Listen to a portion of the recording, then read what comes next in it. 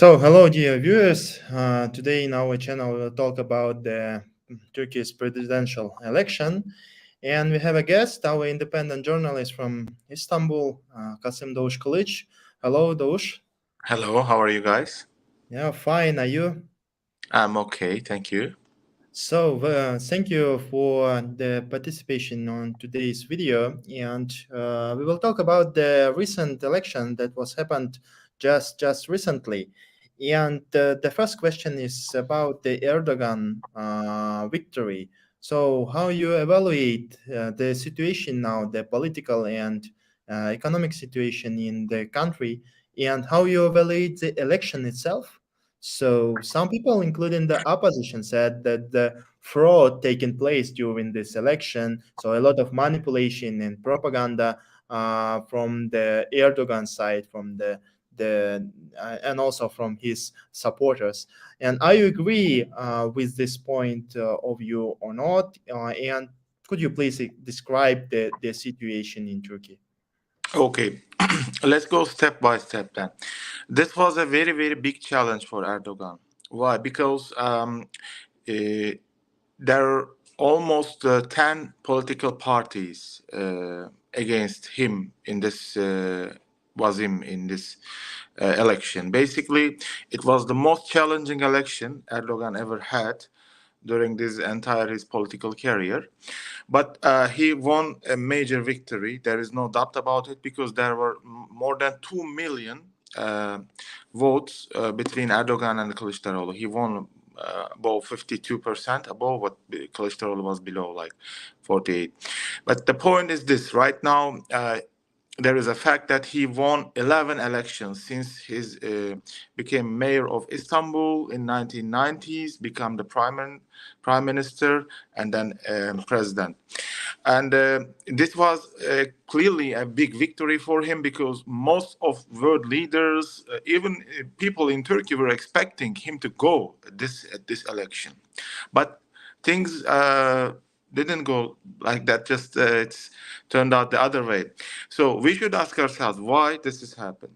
There is a very big mistake which opposition did, strategical mistake, but regarding to frauds, regarding to the election, there is no doubt about it because you cannot steal, so-called steal 2 million votes. It is not very possible because all of the political parties has their own representatives on each ballot, when they vote.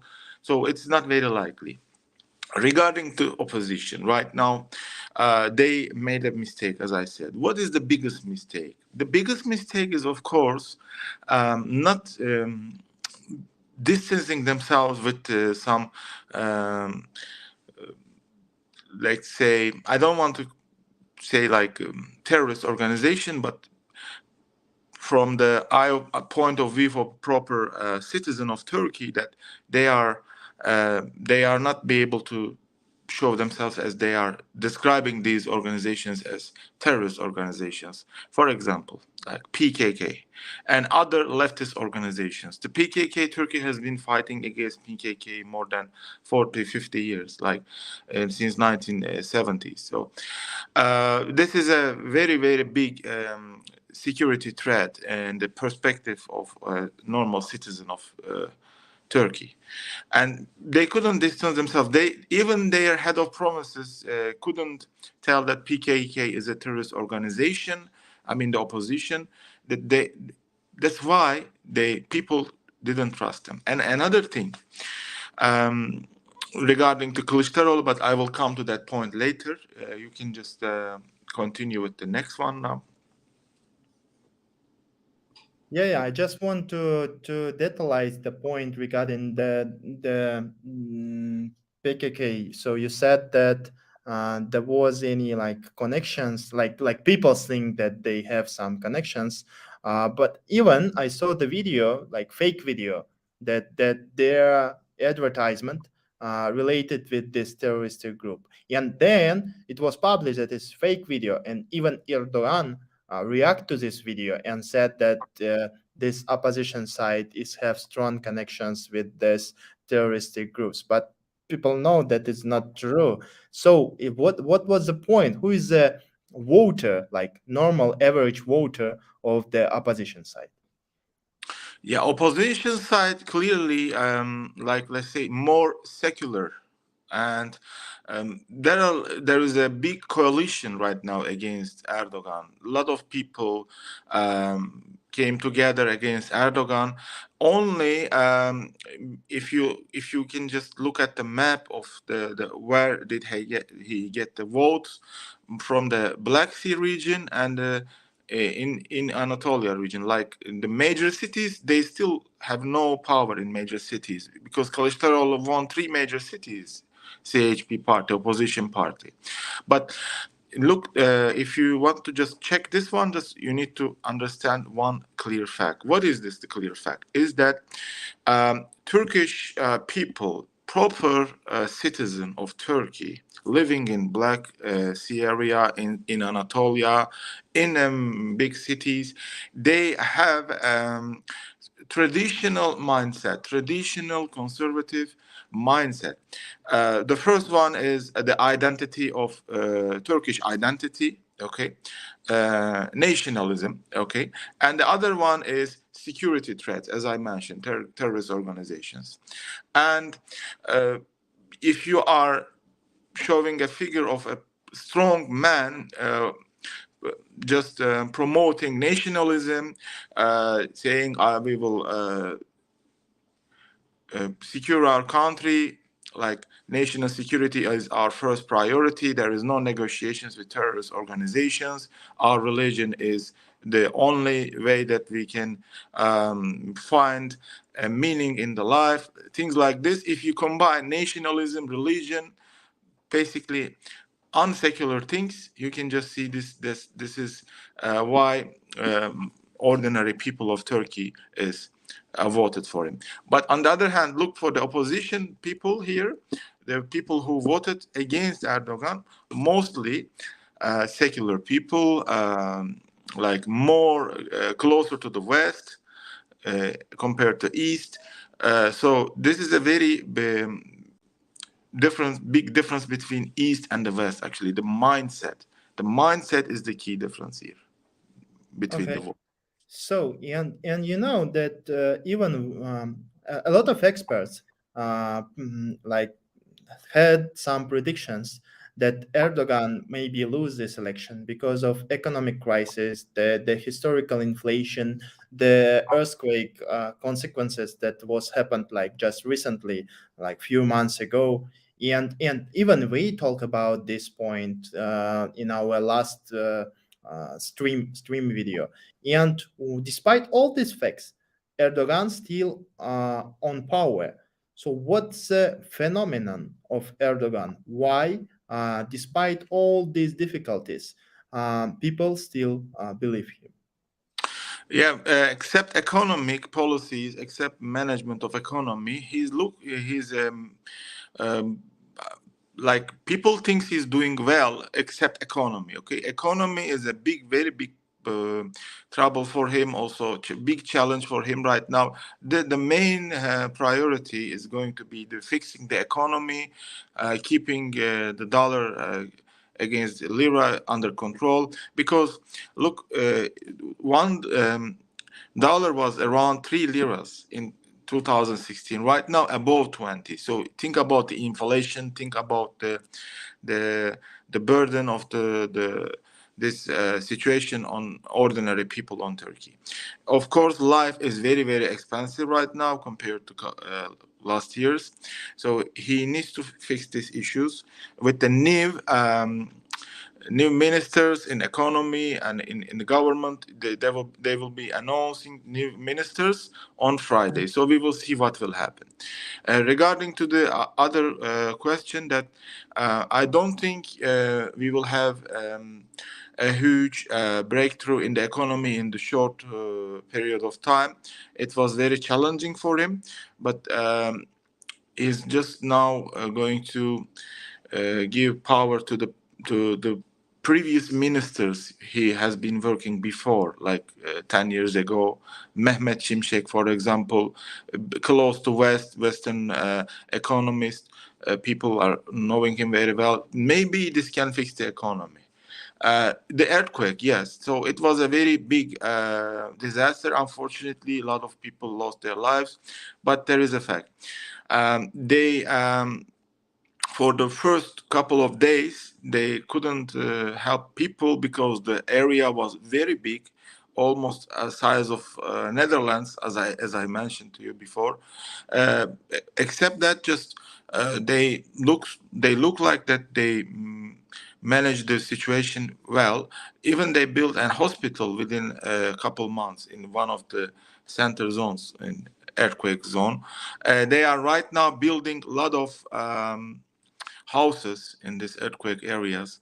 The houses they were built before, like 10 years ago, not get destroyed during the earthquake. This was a very big sign, like a symbol of their, let's say, even the earthquake has happened, the houses we constructed during the Erdogan's prime ministership that haven't destroyed. So this is a big sign. Basically, regarding to earthquake, they increased their votes in earthquake zones. The people voted for them in earthquake zones.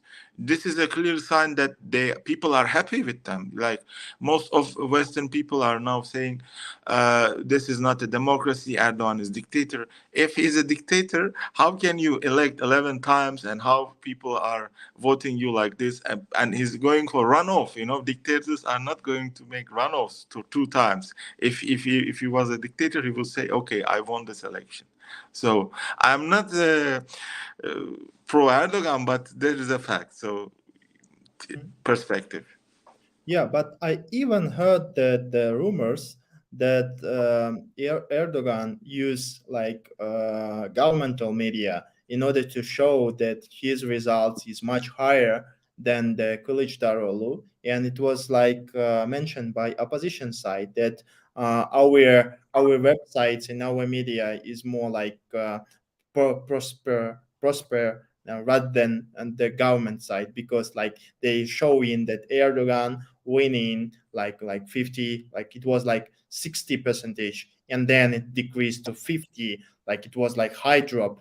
However, they show that like Erdogan still on power and everybody vote for them. And some people said that maybe this kind of manipulation, like media manipulation, that was taking place during this election. Are you agree with them or not? How do you think about this? Um, yeah, if there was, we will be knowing, because in this world, in the social media world, it is not very hard to hide something. Everyone in this, particularly in these times, in election, in political events, like if there was something, we will be knowing. I guess like they will be sharing on social media. Everyone was talking about it, but we are talking about more than 2 million votes. So it's more than 5-10 cities. So in Turkey, it's a big number. So there is, of course, manipulation regarding to the pre-election broadcasting policies. Look,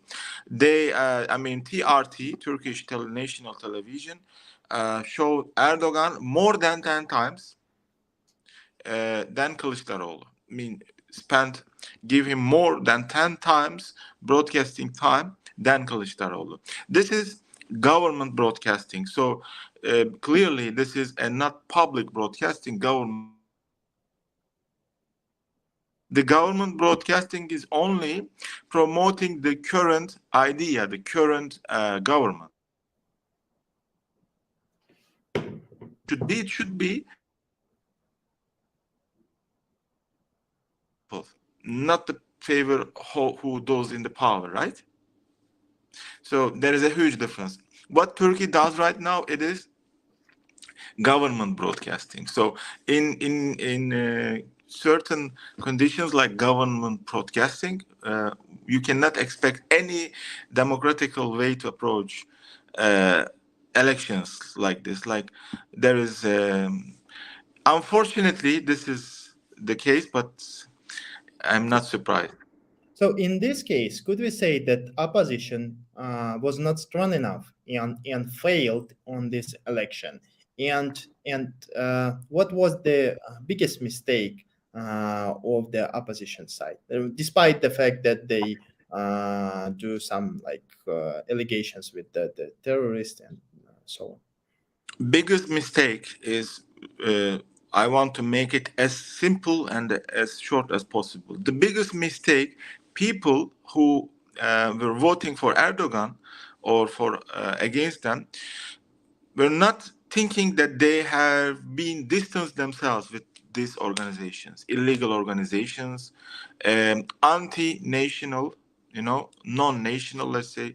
I don't know how to say in English, but they were not looking like very national, because people in Turkey has traditional values. These traditional values, the first one, as I said, nationalism, identity, flag, and religion. If you combine these two, means the traditional voter who voted for Erdogan, but they couldn't look like they can preserve these values. They Mhm. cannot protect the identity, the the security threats, eliminate the security threats, because they were thinking they have connection with the PKK and also, FETÖ. But it's been very long time since they removed from the country, but they seems like even FETÖ organization, terrorist organization, was also supporting for them, like Mhm. from their vote. They were thinking whoever dislikes Erdogan, basically vote for Kılıçdaroğlu, and then who ordinary people think that, okay, this is terrorist, this is terrorist, this is terrorist. Okay, if these all of these terrorists voting for Kılıçdaroğlu, I wouldn't support for him. I am not saying everyone is terrorist who votes for Kılıçdaroğlu, but there is Yeah, it's the about the people mindset. perception. Yeah, Yeah, about mindset of the ordinary person who is living in Anatolia, in Black Sea area, who voted for Erdogan. So from their point of view, their biggest strategic mistake, they couldn't distance themselves from the okay. organization.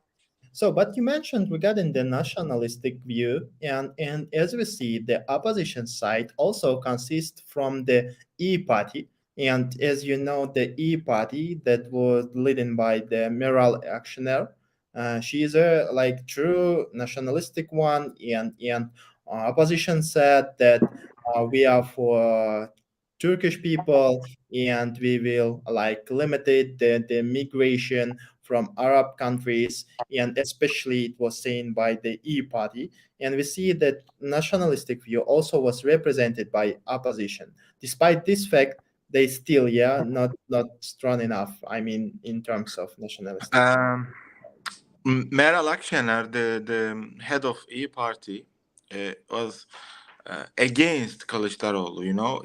She was like, don't, please be, don't be like, we don't want you to be our president candidate. Why? Yeah. Because she knew that I think she knew that he cannot be successful. There is identity, another strong thing that I would like to mention here. There is a two I don't know how to say in English, but two sides of the Islam, Sunni Islam and the Shia. So Yeah. in Anatolia, there is also one that elevates, like Kılıçdaroğlu is from Tunceli province, Dersim province, Tunceli province. He has elevate identity, like in the Islam, but most of traditional people, Sunni traditional people, who voted for Erdogan has like disliked this type of voting, this type of because of the all of about religion. I know it's not making any sense, but for them it's making sense. So that's why maybe they didn't vote for him. There is another mistake for them. I think she knew this fact that Kılıçdaroğlu lost almost every election except Istanbul and Ankara and uh, in 2019, but almost every election he lost against Erdogan. I think she knew that he will lose this election. That's why she didn't wanted him to be a candidate.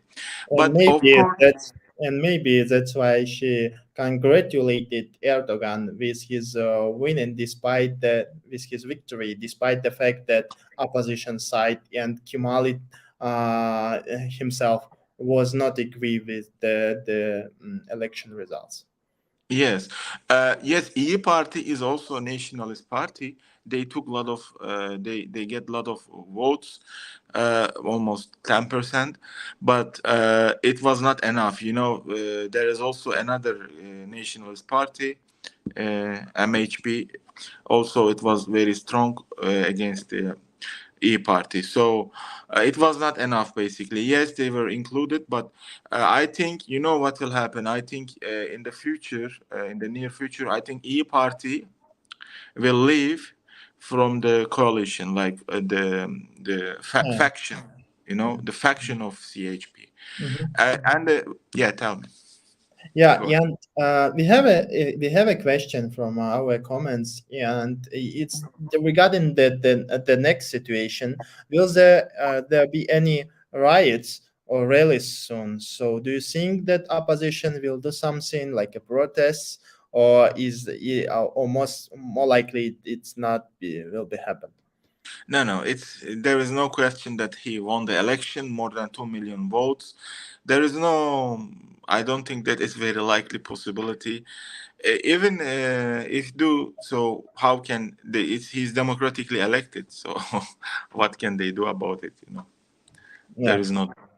Okay, but also one point is regarding the first round and the second round, and we see that the first round was really interesting to all the people around the globe, not only in Turkey, and we see that there was a higher participation, like 90 percentage of voters was going to the election, and we see the decreasing side like 8 or 9 percentage was decreased on the second election. Why? Why do you think these people was not participated in the second round, and which side they are representing? Okay, in the first round, 8 million people haven't voted.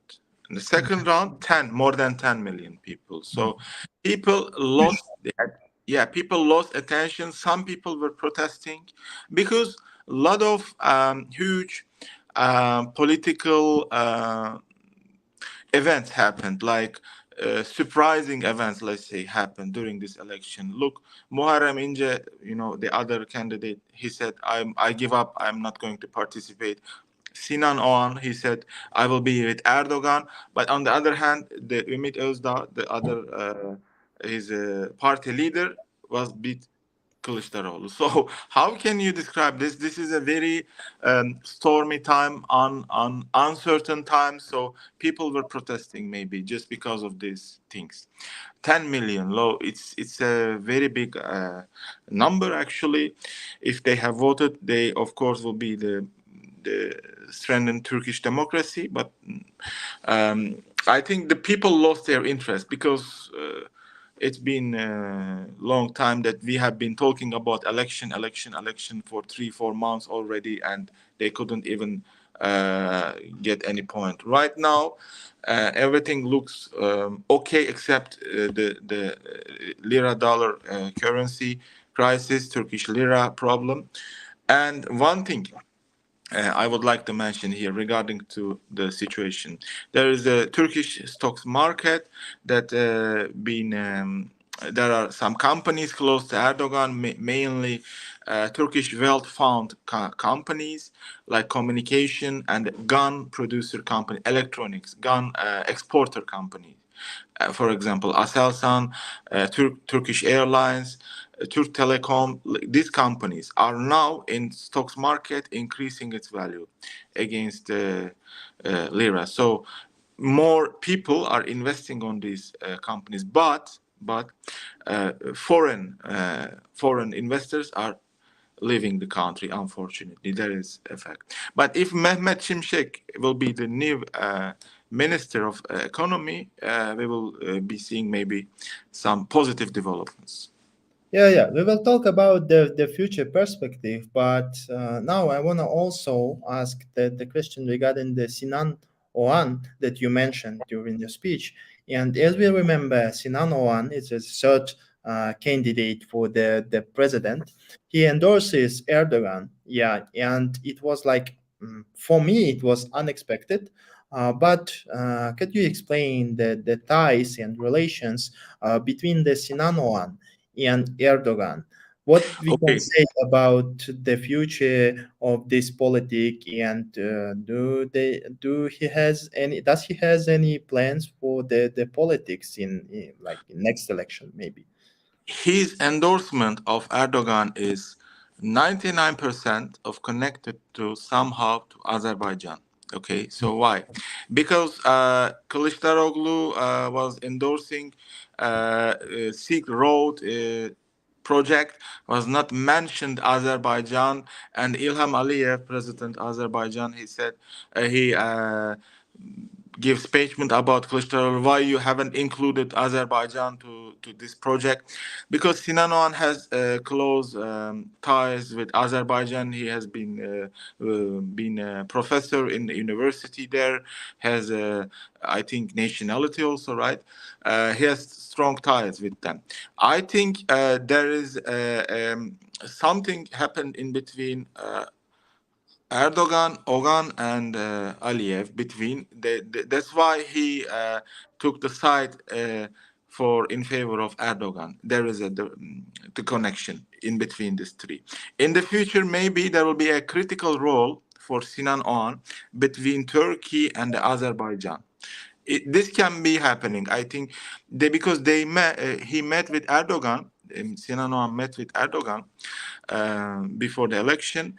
They spoke. I don't know what was the exact topic. Basically, it was. We can never know actually for near future, but I most probably it was in regard to this topics like this. Azerbaijan was also included. I think they will give them a critical role, something in between Turkey and Azerbaijan. Okay. So, and now we are moving for the results of election, and we see that the Turkish nation is really divided enough on both sides. Some of them like supporting Erdogan, and some of them for the opposition side, and that like 49 and 51 is giving us a picture that Turkish nation is really divided, and how it affects the country. Do you expect some problems in the big cities for the Erdogan, and what kind of consequences it will bring to the country? Okay, 8 months later, we will have another election for the mayors, for the head of provinces. This is going to be another election. It's going to be another challenge for Erdogan, of course, because look, according to election results, Erdogan still has no power in major cities. Kılıçdaroğlu again, opposition again won major cities. Istanbul, Ankara, Izmir, Antalya, other major cities. The coastal cities, all of the coastal cities in favor of Kılıçdaroğlu, not in Erdogan. Okay. In this provincial elections, we can expect another victory for opposition. So this will be dividing, of course, the opposition and Erdogan. But this can be also a balancing power in Turkey, because if you put all power in a single place, this can cause problems in management and the government, at least for the people. Yes, there is 50-50. People are very divided.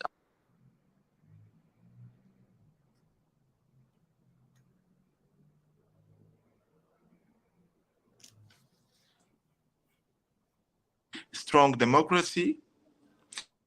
This democracy in our country, I don't think that it will cause any problems in the future, because everyone respects the result of the elections. There is more than 2 million votes difference. There is no protest on the street. No one has doubt about it, the result of the elections. And we can also expect the same thing happen in favor of opposition in the provincial elections. We will talk again regarding the Istanbul, Ankara elections. We will see. It's very likely that they will win, the opposition will win elections again, because look at the current results. Our viewers can check in Google. Look, Turkey election results. Opposition won major cities. So there is a fact. So I don't think that they will be able to win the major cities again. I mean, the Erdogan. So, on this regard, does Erdogan plan to oppress the free media and opposition after his victory? Because, like, he is afraid of opposition side, and he is afraid of next election that will be happen after 8 months. Do you think that he's planning some like repressions towards opposition?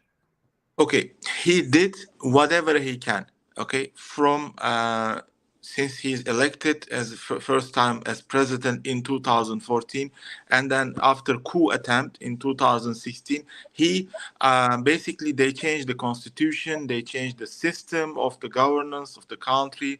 Like he has almost ultimate power, like a sultan, like he can do whatever he wants. Basically why he needs like things like this, that he did everything he can do actually. And now I think this term of his presidency will be more softer, because he's uh, I think he's first of all doing good in between, balancing in between West and the East. Look, Putin is congratulating him, and Zelensky is congratulating him. World leaders, look, he's balancing between East and the West. So I don't think that he will become more uh, putting more pressure on the people, on becoming more putting more, Authoritarian. yeah, authoritarian. I don't think it's very likely in this because he already did whatever he can do to win this election, and he succeeded. Why he needs to do this? Wait, for If example, just a question. Like let's imagine that we have like in Turkey we have local self government. I mean that the big cities like Istanbul, Ankara has more power. Like they are more decentralized. So rather than like in Russia or in another country, because local self government, I mean, like still elected by people. But could we say that during his term he can change this situation and say, okay, let's assign like this mayors will be appointed by me? So what this kind of situation could be happen or not? yeah, this can happen. This happened before in eastern cities, because the mayor has, let's say, mayor has like the connection between PKK. They remove them from power. They put another one. Like they basically put the one who they want to put. They have the such power to do it. But big cities like Istanbul, Ankara, I don't think it's very likely. If he does, I think it will be very bad reputation for him in the world. Like the Western media, European Union, all of these media outlets will be making Does he care propaganda. about this? Does he Sorry, care about the Western media? I mean, Erdogan. I don't think so. He doesn't care because he has whatever he can, like, except economy. I think Turkey is a strong country. I'm in favor of that. Like he doesn't care about, of course, the Western countries. We have no uh, the the goal to be a part of European Union. So, or we are also in NATO. So why would we do that? So, I think So, this is very likely, but it's very slight chance. okay, let's discuss three major lines of the Erdogan's politics. First, it's regarding the economic side. As you mentioned, the Ministry of Economy will be assigned one more time, the previous one, who was like 10 years ago, Mehmet, as you mentioned, yeah, yeah? Mehmet Şimşek. Mehmet Şimşek. So, are you expected that this person change something, or are you expected that Erdogan will not like interrupt to the economy like he did like last year, for instance? There is a big challenge between interest rates increase and not increase. So if you increase the interest rates, lira, Turkish lira, will be stronger against other currencies. Yeah. If you drop it, it will be losing its Several value. times he did like otherwise. Yeah, according to the religion, the beliefs that if you are making money from interest rates, it is haram. So there is a big debate going on between. But Mehmet Şimşek is more Western, close to Western countries, the global financial market. So markets knows him. He said, "I don't want to be in this position because it's very hard to fix economy in Turkey right now. It's been under bad management for many years, so it's very hard for them." He said, "I don't want to do it." But I think it's very likely, 50-50%, very likely he will be in such position again. But if not, we will not be surprised because no one knows what will happen after. They will announce. They will announce the new cabinet on Friday. We will check it. It's a very hard job for him. Yes, for the Erdogan, also for him. So coming to the social part, we know that Erdogan support the migration from Arab countries. I mean, for he support refugees from the Arab countries, especially from Syria, and the opposition side use this argument like towards Erdogan in order to say that we no need to accept more refugees in our country because it's not enough job job places. It's not enough the income side. And do you think that Erdogan changed his politics towards the refugees from Syria, or he stay as it was before? Okay, the war, Syria war, and the war in Iraq looks like it's almost over after many years of fighting. Now Erdogan and Egyptian. The Syrian leader Assad and the Sisi. Now they have not been talking for long years. They have lost. Even Turkey closed its embassy in Egypt, in Syria, because of the bad relations. Right now, these relations are improving. Turkey and Qatar right now is expected to build new houses in northern Syria for the people who wants to return. So Qatar will be funding, I guess, these houses. Turkish companies, Turkish construction companies will be building these houses in northern Syria. Of course, for the people who are living in Turkey right now, Syrians, if they want to return, they will return, because Erdogan said we will let Syrians to return to their homes. The political issues between Erdogan and Assad looks like it's going to be softening this year, because for the first time since the beginning of the war in 2011, they start right now mediating, like talking, also for the Egypt. So there is a big policy shift in Turkey in between Egypt and the Syria. So we can expect some people to return their homes. Yes, Qatar will be funding the houses in northern Syria, if they can. Of course, Syrians doesn't want to return. We will Okay. see what happens. Yeah, so we are coming to the international relations and the politics of Erdogan, and we can say that the Erdogan is really like a strong leader in the world now. Like after the United States and Russia and Europe, he is playing the big role.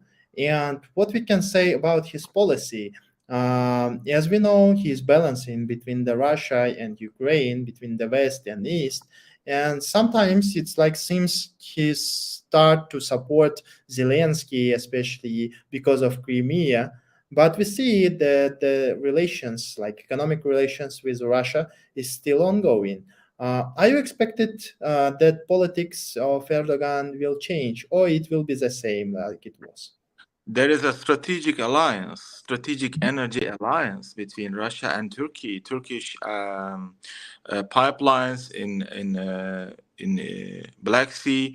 Turkey is importing energy from Russia. There are other things like a nuclear reactor Russia is constructing right now, also S-400 air defense system. Turkey and Russia has good relations. Turkey has never embargoed Russia. But on the other hand, also Turkey has good relations with Ukraine. Constructing warship for Ukraine, giving UAVs, supporting war in Ukraine, giving a lot of weapons in Ukrainian army. So I don't think there is any country in the world can be in a balance in between the warring sides in the world right now. Look, Russia-Ukraine war. Either of the countries had took a side very strongly to west or the east. So in Turkey, in between all of this, supporting Russia, has an alliance with Russia, like a strategic partnership, let's say, in better way, but also supporting Ukrainian war efforts in Ukraine. So Turkey is, I think, Erdogan, as a strong man, the leader of Turkey, as a portrait as a strong man, doing very well against the uncertain times in Turkey, because in uncertain times you need to be a strong man that give a strong portrait. He has a lot of confidence. A lot of people, a lot of world leaders has a lot of confidence in especially in Middle East and between Russia and the Ukraine, except some European countries in Africa. So he's been in power more than 20 years almost. Like, yeah, the answer is yes, actually. In Okay. short. So, and the last question that I have is regarding the next elections. So Erdogan, it's the second term of Erdogan. Yeah, yes, if I'm not wrong. Third. And I mean, in terms of presidential, Yeah, the third third one. one. Yeah, so he has still a one more chance yet to be elected within the new constitution. According to constitution, he couldn't be elected this The last time. one that he changed.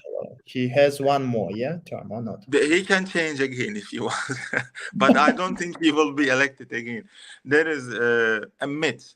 No one knows about 5 years. What will happen after 5 years? But there is Selçuk Bayraktar. Maybe they will vote for him. Or maybe Sinan Ogan. There will be definitely a nationalist candidate. So Nationalistic and religious. Yeah. yes, exactly. Selçuk Bayraktar may be the son of love of Erdogan. He's very bright figure. Everyone likes him in Turkey, except some people. He's the, let's say, Elon Musk of Turkey. He has a lot of, I mean, done a lot of good things for country. Yeah, so it can be. Okay. So Yeah. thank you for this interview. Yeah, I hope that now viewers can like understand the situation in Turkey better, and we know now that there no any riots happen in Turkey, that opposition unfortunately lose. Yeah, and we know that the failures and mistakes that was made by opposition side, and we are looking for the new Minister of Economy who is expected to change the situation in Turkey. And we see that Erdogan phenomenon, who is still on power from 2002, like this 20 years, and 1994 as a yeah, mayor of Istanbul, more than yeah, 29 years. yeah. He will be more than other tours, I think. Yeah, Yeah, so yes. power. Okay. After Atatürk, the longest one. Yeah, and as he said, by Kemal, it's some experts said it's not only directed to Kılıçdaroğlu, it's also directed to the Kemalist supporters as well. So the politics changed enough after the 100 years of after declaring the independence of Turkey and establishment of Turkish Republic. And the last question that I also have, you know, that we have the Central Asian community here and the viewers from Central Asia. So yes, I'm not asking this question because definitely that the relations between Central Asia and Turkey still strong enough and will be much stronger within the Erdogan. Most probably, it's not surprisingly like Kılıç Darulu, because he also not mentioned the Central Asia in his map within the Iran and other like Silk Way road that he met. So I expected, so as an like average Turkish person, that relations will be much stronger, or something will change between the Central Asia and Turkey after this election. Yes, of course. There is. If you look at the roadmap between Turkish language speaking countries from west to east, the relations are improving gradually, year by year, year by year.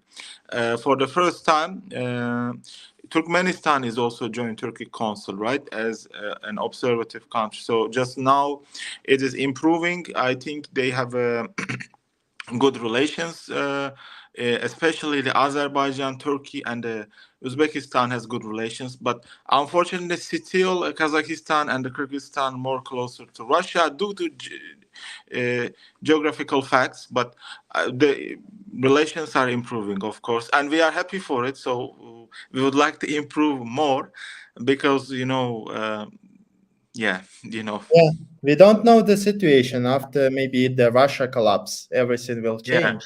The It looks Iran like yeah. Union more likely to be Yeah, happen.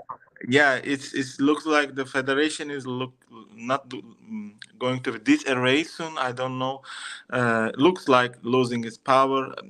If Putin, we will talk about this topic later on in another. I think I would so. like I think so. It's if another. Putin, Mhm. yeah, if Putin lose power, I don't think there will be enough power to keep Russia together. Yeah, for sure. So I think it's another topic for the interview, and I'm thank you for this interview, and especially our viewers.